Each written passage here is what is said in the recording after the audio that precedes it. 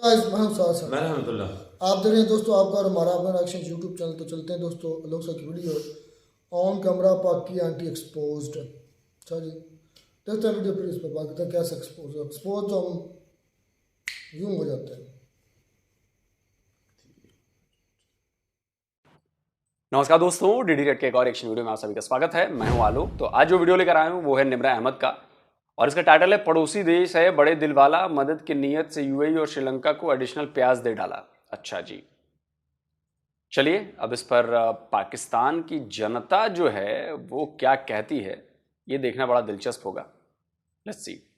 Recently request भी की थी कि हमें चाहिए और अर्जेंटली चाहिए हमें इंडियन प्याज। भारत ने इस पर अमल दरामद किया और एडिशनल कोटा यूएई की जानिब तकरीबन 10,000 मैट्रिक टन का भेज दिया गया है।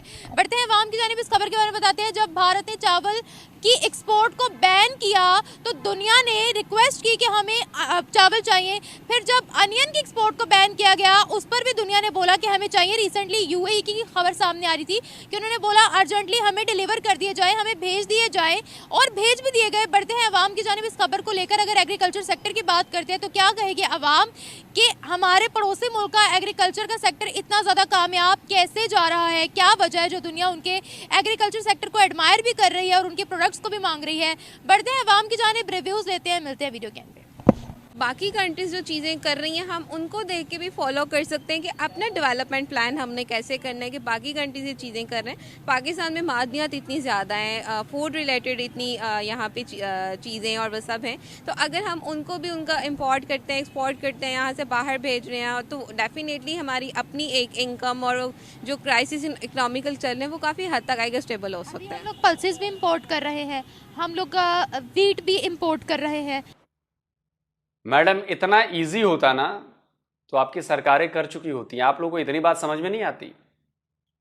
यहां अगर आपने बड़ा बढ़िया ज्ञान दे दिया, लेकिन अगर ये इतना ही इजी होता, इतना ही इजीली जितना आप समझ रही हैं उतना ही आसान से हो जाता काम, तब तो पाकिस्तान में सब कुछ ठीक हो चुका होता। लेकिन इतना इजी है नहीं ना मैडम, जितना इजी आपको लग रहा है कि हमारे पास तो ये है वो है, हम कर सकते हैं, इंपोर्ट एक्सपोर्ट कर देंगे।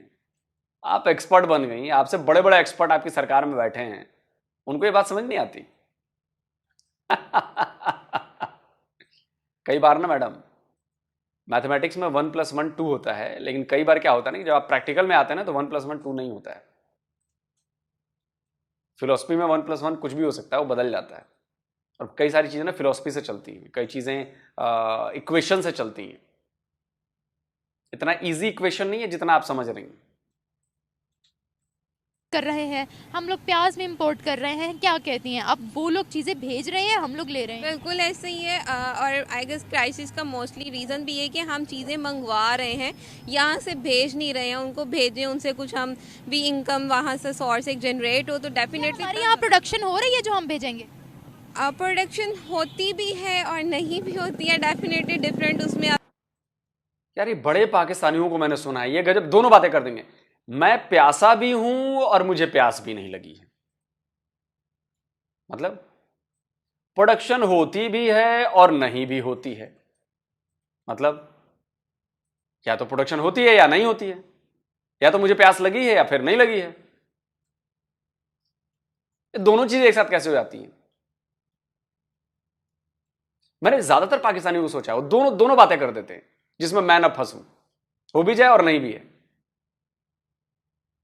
उसमें एस्पेक्ट्स पे आ जाते हैं, होती है, लेकिन वो कहीं ना कहीं किसी ना किसी लेवल पे फिर डिफरेंट इश्यूज आ जाते हैं और वो बाहर जहाँ एक्चुअल में ज़रूरत है वहाँ तक चीज़ें नहीं पहुँच पाती हैं। तो वो एक्चुअली में फिर प्रॉब्लम डेफिनेटली क्रिएट करती है। एग्रीकल्चर का सेक्टर हमारा कहाँ है ये बताएं। एग्रीकल्चर आई गेस कि इस टाइम बहुत ही वो लो पे है। मतलब हमें नहीं पता हमारी एग्रीकल्चर में क्या चीज़ें हो रही हैं, क्या डेवलपमेंट्स हो रही हैं रिसर्च पॉइंट ऑफ व्यू से और हर पॉइंट ऑफ व्यू से। We know nothing about agriculture. तो डेफिनेटली हमें एज अ यूथ भी हमें तब चीज़ें पता होंगी जब हो रही होंगी एक लेवल पे। डेफिनेटली उस लिहाज से आई गेस कि वो बहुत ही लो इस टाइम पे चल रही हैं। What about the neighbouring country India?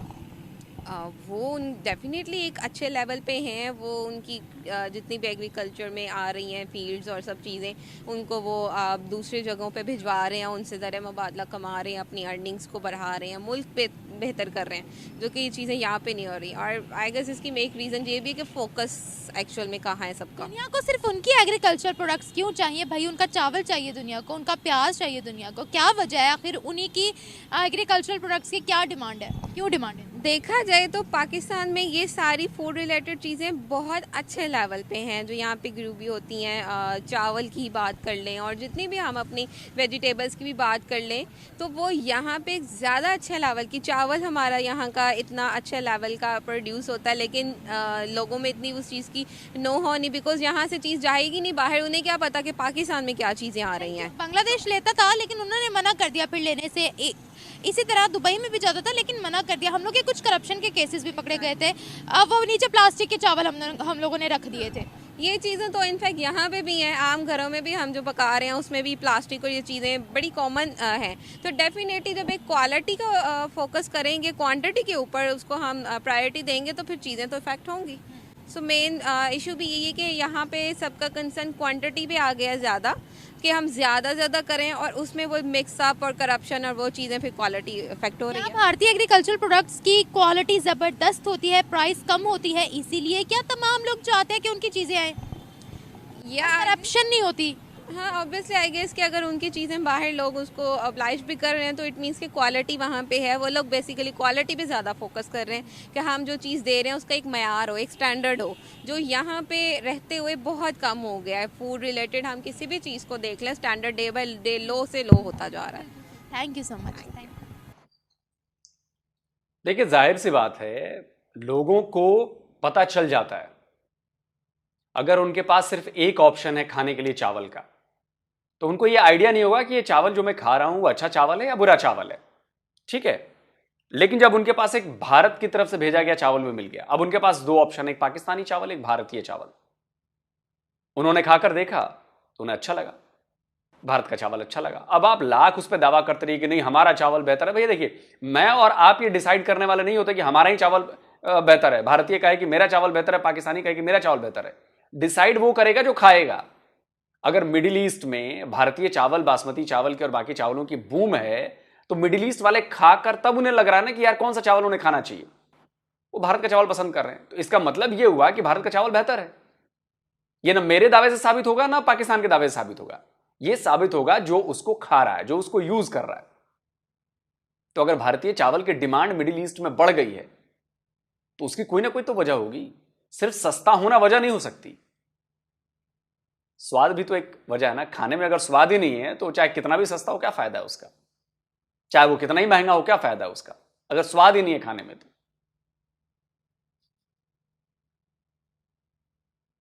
I think agriculture हो या कोई भी इंडस्ट्री हो, जो चीज़ सबसे ज़्यादा अहम है वो लीडरशिप है।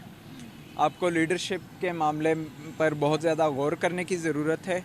और जहाँ तक बात है भारत की, तो ये एक कंपैरिजन हम हमेशा से करते आए हैं और हम में से बहुत से लोग तकसीम हिंद को पर नादिम भी हैं कि अगर हम मुश्तरका हिंदुस्तान में होते तो शायद आज हम पाकिस्तान की मौजूदा हालत से कहीं ज़्यादा बेहतर होते।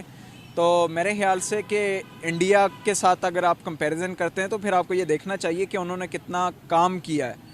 मैं ये नहीं कहता कि इंडिया जो है वो बिल्कुल पाक साफ़ हो गया है। इंडिया ने भले जो है वो 100 तरह की गलतियां की हों, लेकिन उन्होंने अपने पब्लिक सेक्टर के अंदर या अवामी लेवल के ऊपर जो है वो बहुत सारा काम किया है इकॉनमी की डेवलपमेंट के लिए। और उनके यहाँ एक मखसूस इदारे का जो वो रोल है वो भी शुरू से कम रहा है, तो हमारे यहाँ उस इदारे का रोल जो है वो एग्जिस्ट करता है। बहरहाल नाम लेने से तो कई सारे मसले हैं, हमें नहीं हैं बल्कि हर एक को हैं। तो ये एक मामला है कि सोचना पड़ेगा और एक सफ़र है जो हम सबको मिलकर तय करना है। आवाम ने तय करना है, अशराफिया ने तय करना है, जर्नलों ने तय करना है, सियासतदानों ने तय करना है, ब्यूरोक्रेसी ने तय करना है। आपको सोचना पड़ेगा बहरहाल, और एक बेहतरीन लीडर इसका हल है। दुनिया को इंडिया के एग्रीकल्चर प्रोडक्ट्स ही क्यों चाहिए? नहीं, मेरे नज़दीक ये मामला है कि कौन दुनिया को क्या चीज़ ऑफ़र कर रहा है। दुनिया उनसे खुद मांग रही है, ऑफर तो बड़ी बहुत दूर की बात है ना। क्योंकि वो दुनिया को उस रेट पर या उस रिक्वायरमेंट पर या उस क्वालिटी पर वो चीज़ प्रोवाइड करने के लिए ना सिर्फ विलिंग है बल्कि वो कैपेबल भी हैं, और दुनिया उन्हें मानती है काबिल, तो उनसे सवाल करती है। उनकी क्वालिटी अच्छी है, उनकी प्राइसेस डाउन है, क्या वजह है? क्योंकि उन्होंने इकोनॉमी की सतह पर एक पूरा सफ़र तय किया है, उन्होंने ग्राउंड लेवल पर काम किया है, उन्होंने हर सेक्टर को डेवलप किया है, उनके यहाँ जो है वो डेमोक्रेसी ने प्रिवेल किया है, उनके यहाँ कोई मार्शल लाज नहीं लगे, उनके यहाँ हुकूमतें चलने में जो है वो कोई रुकावट नहीं आई, उनके यहाँ वज़ीर-ए-आज़म अपना टर्म पूरी करता है, हमारे यहाँ नहीं पूरी करता। तो ये एक वजह है। मिसाल के तौर पर एक वज़ीर-ए-आज़म जाता है तो आपका मुल्क 70 साल पीछे चला जाता है मेरे नज़दीक, क्योंकि 70 सालों में पाकिस्तान ने कोई वज़ीर-ए-आज़म पूरा नहीं किया जो 5 साल जिसने लगाए हों। एग्रीकल्चर की बात करते हैं, क्या बोलेंगे उनमें और हम में एग्रीकल्चरल सेक्टर में क्या डिफरेंसेस आपको दिखते हैं? फ़र्क कई ज़्यादा है। उनका एग्रीकल्चर लैंड बहुत ज़्यादा है, उनके यहाँ मतलब जो ज़रई ज़मीन है वो बहुत ज़्यादा है, उनके यहाँ दरिया जो हैं वो सबसे ज़्यादा भी हैं, और ना सिर्फ ये कि बल्कि उनके दरिया अपने, उनके जितने दरिया हैं वो उनकी अपनी ज़मीन से गुज़र कर बाकी ममालिक में जाते हैं। मिसाल के तौर पर बे ऑफ बंगाल में जो दरिया जाते हैं तो बांग्लादेश से अगर जाते हैं तो वो भी इंडिया के रास्ते होकर जाते हैं, और पाकिस्तान में अगर बहिरा अरब में आकर कोई दरिया गिरता है तो वो इंडिया के रास्ते होकर आता है। तो ये एक प्रिविलेज है उनके पास, ये भी एक वजह है। और इसके अलावा ये कि उनके यहाँ ज़री इस्तिलाहात जो हैं वो प्रॉपर हुई हैं, हमने ज़री इस्तिलाहात को भी अपने ज़ाती मफाद के लिए इस्तेमाल किया। तो ये चंद वजूहात हैं। फार्मर्स को क्या फैसिलिटीज़ हैं जो आज उनकी प्रोडक्शन भी ज़्यादा हो रही है, फार्मर्स खुशहाल है? पाकिस्तान की बात करते हैं तो इधर क्या चक्कर है? देखें, फार्मर ना वहाँ खुशहाल है और ना यहाँ खुशहाल है, लेकिन ये कि फार्मर्स के लिए बहुत सारी स्कीम्स हैं, अभी 10 स्कीम्स तो रिसेंटली लॉन्च हुई हैं। देखिए वहाँ पर फार्मर्स के लिए बिजली के यूनिट भी फ्री हैं, ठीक है। उसके अलावा बात करें तो पानी में भी उनको सहूलतें हैं, उनके लिए खादें भी सस्ती हैं। देखें, वो तो आपकी करेंसी जो है वो उस हिसाब से बहुत ज़्यादा मतलब हमारी डाउन चल रही है, तो ये एक वजह है। लेकिन ये कि जहाँ तक वहाँ के करेंसी का पॉलिसी से क्या मतलब है? करेंसी का पॉलिसी से कोई मतलब नहीं है। हमारे यहाँ पॉलिसी है किसान फसल बीमा की, कि अगर आपकी फसल खराब हो जाती है तो उसका एक मुआवजा मिलता है। हमारे यहाँ एक सुविधा है कम कीमत पर सब्सिडी देकर खाद देने की। उसमें करेंसी से क्या मतलब है? हमें सब्सिडी देनी है, सस्ती दरों पर बिजली मिलती है, पानी मिलता है। अभी हमने हेल्थ सॉइल हेल्थ पर काम करना शुरू किया है साइंटिफिक तरीके से, कि जो जमीन है, जो धरती है, उसकी हेल्थ कैसी है। अगर उसकी हेल्थ अच्छी रहेगी तो फसल जो है वो ज्यादा पैदा होगी, पैदावार बढ़ेगी। उस पर हमने काम शुरू किया है। और भी कई सारी योजनाएं हमने शुरू की हैं। इनका करेंसी से क्या ताल्लुक है? कोई ताल्लुक नहीं करेंसी से। यह आपके विल पावर से, आपके विलिंगनेस से और आपकी पॉलिसीज पर डिपेंड करता है कि आप क्या चाहते हैं अपने किसानों के लिए। मैं ये नहीं कह रहा कि हमारे यहाँ किसान 100% खुश है, लेकिन हम कोशिश तो कर रहे हैं कि किसानों के खुश होने की बात है तो मेरा नहीं ख्याल कि उनका मुकम्मल किसानों का तबका जो है वो खुशहाल है या वो उस पूरे मामले से खुश है, क्योंकि खालसा में या जो आपका ये सिख रीजन है पूरा, जहाँ पर सिख रहते हैं या सिखों की अक्सरियत है, वो लोग चूँकि किसान हैं तो वो लोग तो आए दिन कोई ना कोई एहतजाज और तहरीक करते रहते हैं। कनाडा में हाँ रिसेंटली वहाँ एक तहरीक चली थी किसानों की, लेकिन उस पर एक्शन भी हुआ, उस पर अमल दरामद भी हुआ। तो यही तो फ़र्क है। अगर वो खालिस्तान से जुड़ी कोई तहरीक नहीं थी। आप लोग गजब कंफ्यूज आदमी है भाई। अगर पंजाब के किसान बैठे थे तो वो सरकार की पॉलिसीज के खिलाफ बैठे थे, ना कि खालिस्तान का झंडा लेके बैठे थे। हाँ, उसमें एक आध खालिस्तानी घुस गए थे, उसको खालिस्तानी मूवमेंट बनाने की कोशिश की जा रही थी, यह अलग बात है। सरकार ने फार्म बिल लेकर आई थी, उसके विरोध में बैठे थे वो, उसको आपने खालिस्तान से जोड़ दिया। समझ ही नहीं है पाकिस्तानियों में भाई, समझ ही नहीं है। गोबर भरा हुआ है यार आप लोगों के अंदर, कसम से यार। फार्म बिल के खिलाफ पंजाब के किसान बैठे तो वो खालिस्तानी मूवमेंट हो गई।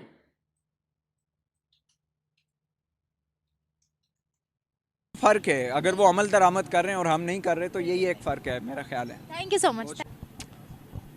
अल्लाह का शुक्र है हमारे पाकिस्तान में सब कुछ है, कोई ऐसा मसला ही नहीं है, ठीक है ना। तो बल्कि हमारा मुल्क गलती करता है अगर बाहर से लेता है, ठीक है। बाहर के लोग जो हैं उनको तो हम कह सकते हैं पाकिस्तान से, यहाँ से सब कुछ इम्पोर्ट होता है। क्या भेज रहे हैं हम क्या भेज रहे हैं? मेरे इलाके में तो फिलहाल कोई नहीं है जहाँ तक अभी आपने कहा है, कैसी बातें कर रही है? जो चीज़ें देखें ना, इंपोर्ट एक्सपोर्ट ही होता है ना, तो प्याज का ज़्यादा सुनते हैं। देखिए प्याज हमारे बाहर से आ रहे हैं। हाँ जी, बाहर से तो आ रहे हैं ना, तो अगर पाकिस्तान में ही मतलब ये सब कुछ पाकिस्तान से तो पहले बाहर चला जाता है, ये तो बात है।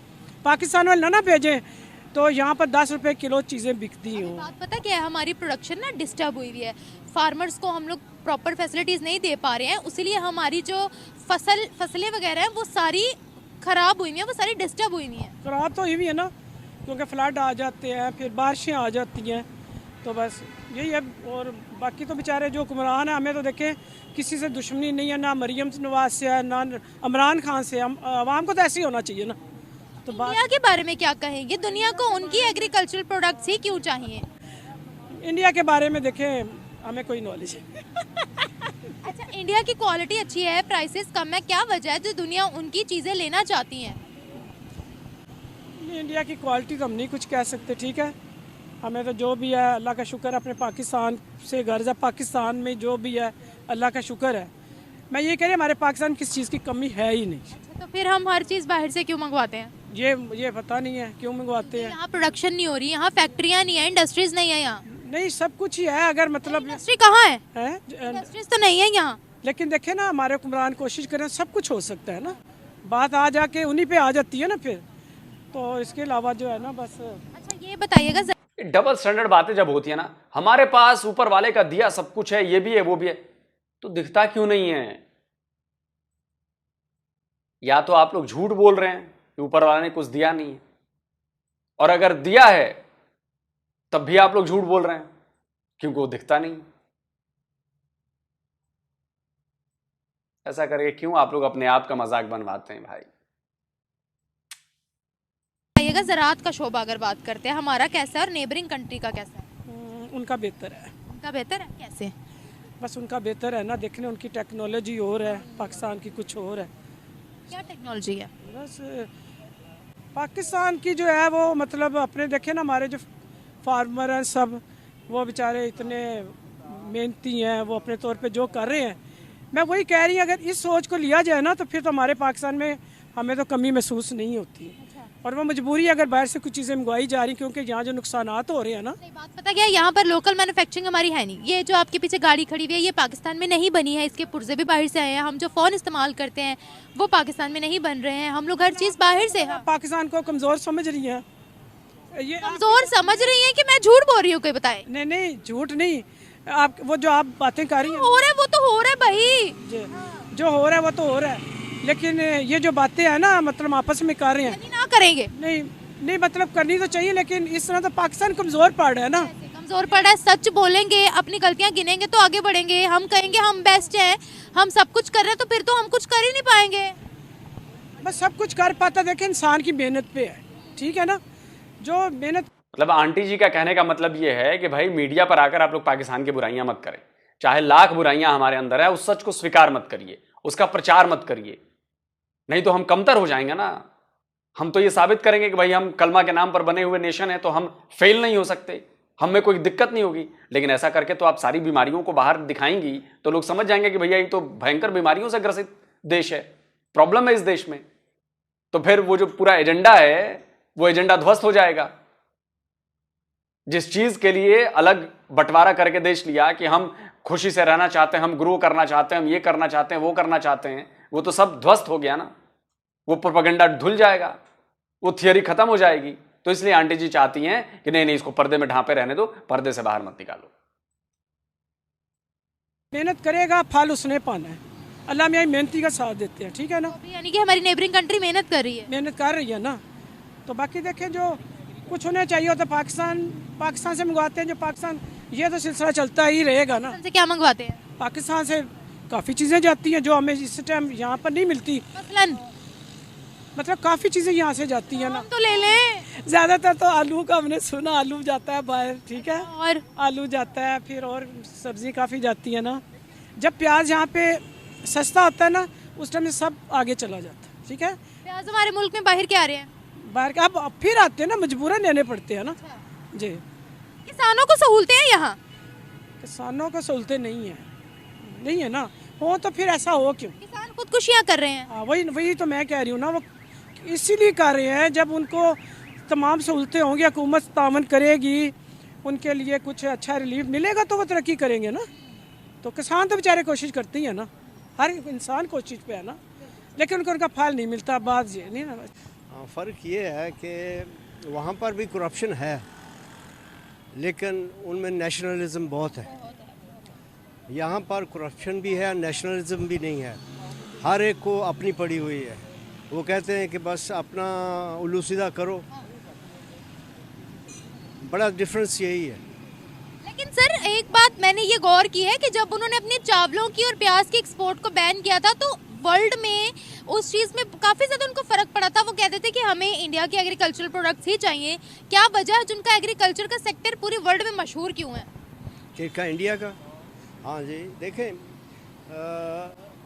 बेसिकली पाकिस्तान भी एग्रीकल्चर में उसी लेवल पर था।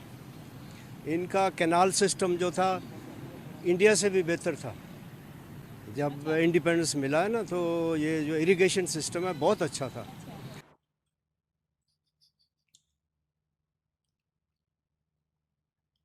मैं इसलिए हंसता हूं, एक तो इंडिपेंडेंस नहीं मिली आपको, दूसरा कि उसके पहले तो पाकिस्तान भी हिंदुस्तान ही था ना, तो वो हिंदुस्तान का सिस्टम था। अगर आप ये बताते करते कि जब हम अलग हुए हमारा देश बन गया, उसके बाद हमने नए कनाल सिस्टम बनाया, हमने पूरा ये सिस्टम डिजाइन किया, उसको बनाया और जाके इसको बेस्ट बनाया, तब मैं मानता कि हाँ चलो पाकिस्तान ने काम किया, पाकिस्तान का सिस्टम बड़ा बढ़िया था। वो तो हिंदुस्तान का सिस्टम था ना, आपके पैदा होने से पहले, 15 अगस्त 1947 से पहले।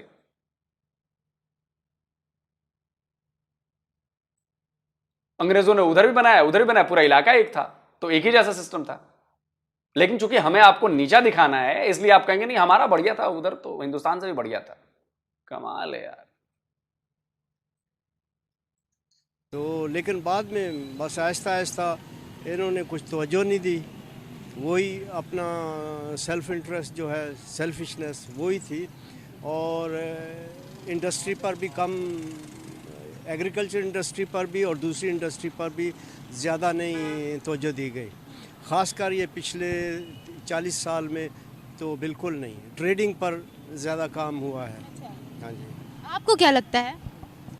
मुझे तो यही लगता है कि किसान बेचारा मेहनत करता रहता है, लेकिन फ़ायदा कोई और ले जाता है। किसान जो है वो खुदकुशियां कर रहे हैं। हमारी खुद की अपनी ज़मीनें भी हैं, लेकिन मैं देखती हूँ कि किसान इतनी मेहनत करता है, मट्टी के साथ मट्टी होता है, लेकिन फ़ायदा उसको कुछ नहीं होता।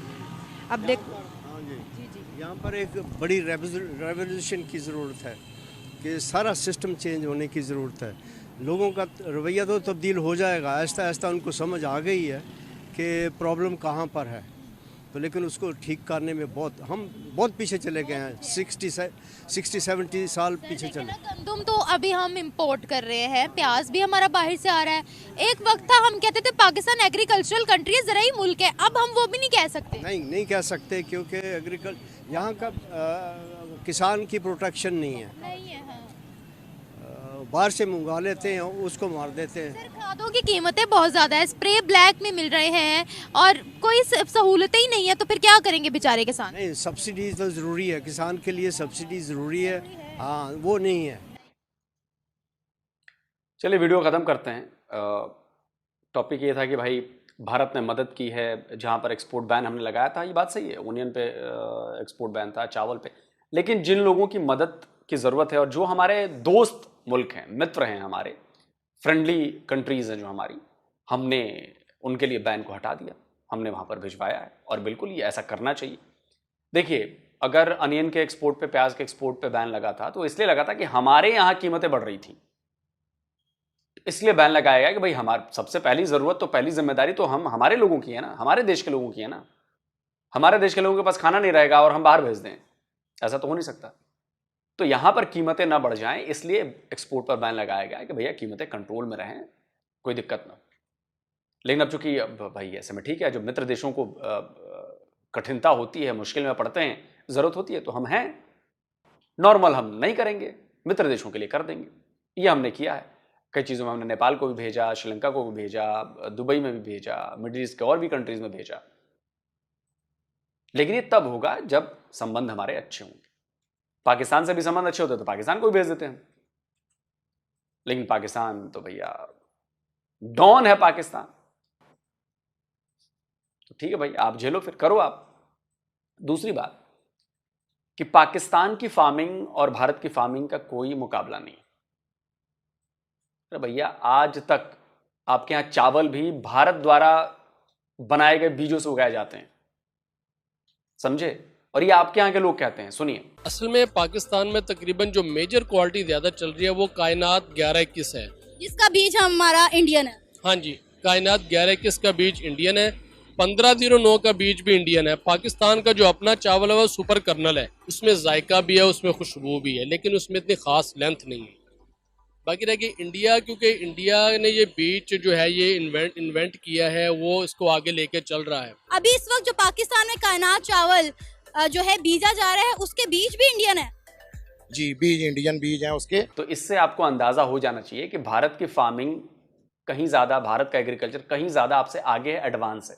हम टेक्नोलॉजी का यूज बड़ा जबरदस्त कर रहे हैं, हम रिसर्च करते हैं, जमीन पर, मिट्टी पर रिसर्च कर रहे हैं, हम खादों पर रिसर्च कर रहे हैं, हम बीजों पर रिसर्च कर रहे हैं। और आज से नहीं कर रहे हैं, 40, 50, 60 साल से हम काम कर रहे हैं इस पे।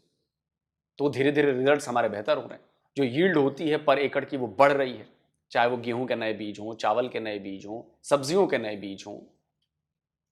हमारे साइंटिस्ट, हमारे स्कूल, कॉलेज, यूनिवर्सिटीज, जो एग्रीकल्चर यूनिवर्सिटीज हैं, एग्रीकल्चर कॉलेजेस जो हैं, वो ये काम में लगे हुए हैं। जो इंस्टीट्यूट्स जो हैं वो इस काम में लगे हुए हैं। तो उसका असर तो दिखेगा ना। आपके यहां कहां है ये सब? नहीं है। आपके यहां सब हवा हवाई बातें हैं। तो हवा हवाई बातें करने से नहीं होता। दूसरी चीज, बड़ी इंपॉर्टेंट चीज है, इलाके की बात किसी ने की। जमीन आपके पास भी कम नहीं है। अगर एरिया के हिसाब से देखा जाए तो जमीन कम नहीं है। आपके साथ दिक्कत क्या हो रही है कि आप लोग की आबादी बेतहाशा बढ़ रही है। और जब आबादी बेतहाशा बढ़ेगी तो जमीन कम होती जाएगी, क्योंकि उतने लोगों को खिलाने के लिए आपको खाना चाहिए, वो पूरा होगा नहीं। जमीन कम पड़ती जा रही है क्योंकि उतने लोगों के रहने के लिए घर चाहिए, मकान चाहिए, उसके लिए जगह चाहिए। तो जमीन खेती वाली ही जाएगी ना। एक परिवार के पास आज से पहले मान लीजिए 20 एकड़ जमीन थी, फिर उनके 4 बच्चे हुए मान लीजिए, तो 5-5 एकड़ जमीन हो गई। उन चारों के 4-4 बच्चे हो गए, तो 1-1 एकड़ जमीन बची अब एक फैमिली के पास। तो मकान भी बनाना है और खेती भी करनी है, तो जमीन कम होती जा रही है आपकी, क्योंकि आबादी आपकी बेतहाशा बढ़ रही है। दुनिया में 5वें या 6ठे नंबर की आबादी है आपकी, ये भी तो देखिए। लेकिन आपको इस पे नहीं सोचना है। आप लोग को आइडिया नहीं है कि आप लोग आबादी का जो बम फूटने वाला है या फूट चुका है और आप लोग उसका असर नहीं देख पा रहे हैं। बहुत बुरा फंसने वाले हैं आप लोग, बहुत बुरा। जिस गति से आबादी बढ़ रही है आप लोगों की, हमने अपनी आबादी पर कंट्रोल किया है, तब जाकर आज हम 140 करोड़ को खिला पा रहे हैं। उसके लिए हमने प्लानिंग भी की है। एक तरफ से हमने आबादी कंट्रोल करनी शुरू की और दूसरी तरफ से हमने अपनी पैदावार बढ़ानी शुरू की। तो इसलिए हम भरपूर कर पा रहे हैं और जो बचता है वो एक्सपोर्ट करते हैं। आपके यहां कोई प्लानिंग नहीं, आपके यहां बस आबादी बढ़ती जा रही है, कंट्रोल करने के लिए काम नहीं किया जा रहा। दूसरी तरफ जमीन आपकी कम होती जा रही है, पैदावार कम होती जा रही है, तो प्रॉब्लम बढ़ेगी। और वही हो रहा है। अगर हमने आबादी कंट्रोल नहीं की होती ना पिछले 50-60 साल में, तो आज आपकी भी, हमारी भी हालत आपकी तरह होती। हमारे पास खिलाने के लिए लोगों के लिए अनाज नहीं होता अगर हमने छोड़ दिया होता आबादी जिस लिहाज से बढ़ती तो। लेकिन खैर, समझ की बात है। आप बताएं कमेंट करके। जल्दी मिलता हूं एक और नए वीडियो के साथ। नमस्कार, जय हिंद। तो जी दोस्तों, वीडियो होगी खत्म। बातें तो बड़ी लंबी चौड़ी हैं, क्या इस पर बात करूं मैं,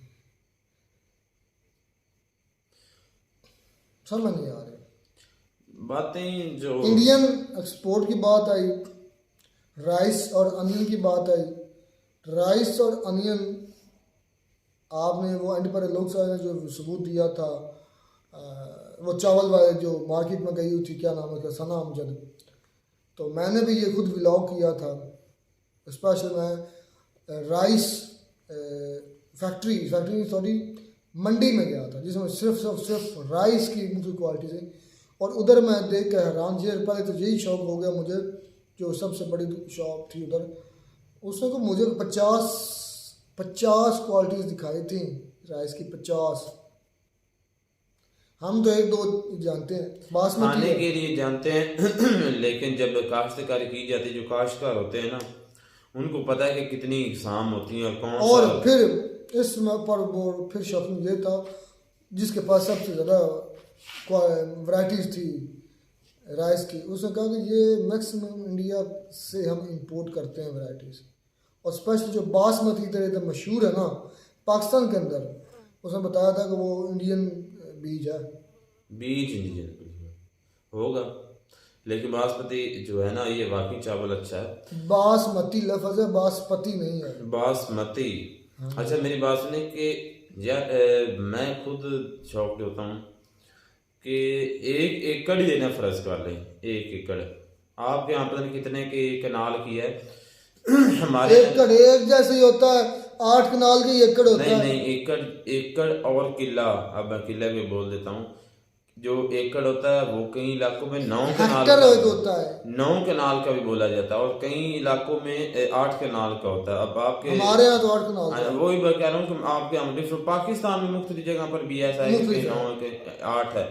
तो अगर 8 कनाल की बात करें, अगर अच्छी मतलब के हम काश्तकारी जो की जाए गंदम की, तो जो उसकी एवरेज जो होती है ना 70 मन जो है ना वो चली जाती है, यानी कि 70 मन 1 एकड़ से जाती है। 70 मन 1 मन में 40 किलो होते हैं। तो पाकिस्तान पंजाब के सिर्फ देख लें कि कितना 36 ज़िले हैं, 36 ज़िले हैं फैसलाबाद सॉरी पूरे पंजाब के, तो है भी जरखेज सारा, इसमें काश्तकारी भी होती है। अच्छा बाद में ये कर रहा हूँ कि हम दूसरी कंट्रियों से, हमारी क्यों सिचुएशन है कि हमें इंपोर्ट करें, हमें तो खुद एक्सपोर्ट करना चाहिए, क्योंकि करते थे। वजह ये है कि हमारे जो माफिया है ना उसको उसका जखीरा कर लेते हैं, उसको स्टोर कर लेते हैं, और ऐसे सिंध में हज़ारों केसेस पिछली मरतबा देखे हैं कि गंदम के बड़े बड़े गोदाम जो थे उनको से जो स्टोर किया हुआ था और उसको बिल्कुल ख़राब हो गए थे। लोगों को खाने के लिए आटा घरों पर मौजूद नहीं था, दुकानों पर मौजूद नहीं था, लेकिन जो स्टोर थे वो सारे के सारे ख़राब हो चुके थे। यानी कि जो माफिया है ना, इसको किसी तरीके से मेरी प्यारी आंटी बोल रही थी कि पाकिस्तान की जो बुराइयाँ ना, आप बुराइयाँ क्यों कर रही हैं, माइक लेकर सारी दुनिया को बता रही हैं, मतलब बुराई को, अपनी खामी को छुपाना चाहिए, नहीं गलत है, अपनी खामी को बताना चाहिए, एक्सपोज करना चाहिए कि हमारे अंदर ये खामी है और इसको ठीक करना है। जब आप ये मुतमिन रहेंगे कि मेरे अंदर कोई खामी नहीं, मैंने लोगों को नहीं बताऊंगा मेरे अंदर ये खामी है, तो आप उसकी इस्लाह कैसे करेंगे, उसको ठीक कैसे करेंगे? तो पाकिस्तान के अंदर जो खामियां हैं, जो बुराइयां हैं, पाकिस्तान के लोगों ने उसको बोलना है, तो तभी पता चलना है लोगों को, यार ये भी हमारे अंदर बुराई है, हमें ठीक करने की, खत्म करने की कोशिश करनी चाहिए। तो आंटी मेरी चाहिए। आंटी जी जो है ना, उसको इस चीज़ का इल्म नहीं है कि बुराई बताने से या उसकी उस पर कोशिश। आंटी ने ये बात बिल्कुल सही की कि पाकिस्तान में अल्लाह ताला की हर नेमत है, हर नेमत है। कौन सी पूछ रहे हैं? हर चीज है यार, पाकिस्तान में क्या नहीं है। अच्छा, नर निजाम तुम्हारा अपना है तो और किसका है? और हिंदुस्तान का। हिंदुस्तान कौन सा? हिंदुस्तान जिसके तुम पहले हिस्से थे, जहाँ से तुम निकले हो। मुझे तो तुम खुद एक्सपोज लगते हो, अब मैं इस पर ज्यादा क्या बोलूं।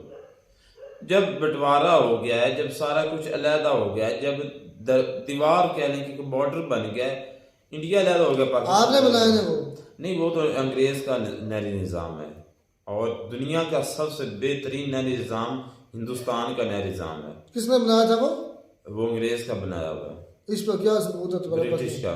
हिंदुस्तानियों ने बनाया, अंग्रेजों ने बनाया था? नहीं, मजदूर तो जाहिर बात, लेबर, वो बेचारे हिंदुस्तानियों को। ज़ेन किसका इस्तेमाल हुआ? अपने माइंड का इतनी मुझे गहराई के बारे में नहीं पता, लेकिन जो बनाने वाले थे तो मास्टर थे, वो थे ब्रिटिश, अंग्रेज थे भाई उस वक्त तक। तो पाकिस्तान के पास देखने का फिर आपका कैसे आपने बनाया वो? क्या क्या कहना क्या चाहते हो? आपने कुछ चीज बनाई है? आपने कुछ बनाया है पाकिस्तान अलग करने के बाद?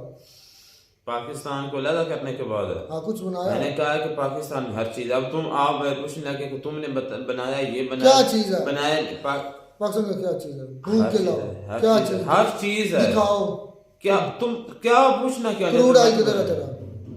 बलूचिस्तान में निकाल क्यों नहीं रहा? तो वो तो निकालना, यही तो मसला है। अगर इतना ही है तुम्हारा मसला तो पाकिस्तान में लोगों से फिर सोना क्यों भी है, भीख मांगते हो? तांबा भी अगर है। आपके पास सारा कुछ है, लोगों से भीख क्यों मांगते हो? तो यही तो मैंने एक झूठ है, तुम्हारे पास कुछ नहीं है, मैं घंटा है बताता बाबा हूँ। जी का घंटा ठुल्लू। ठीक है सर, मैं तुम्हें बताता हूँ कि क्यों मांगते हैं। क्योंकि मेहनत करने से आसान काम लोगों को लगता है कि मांगना, मेहनत करनी नहीं है। ऐसे एग्जांपल मैंने खुद आंखों से शहर में देखी है।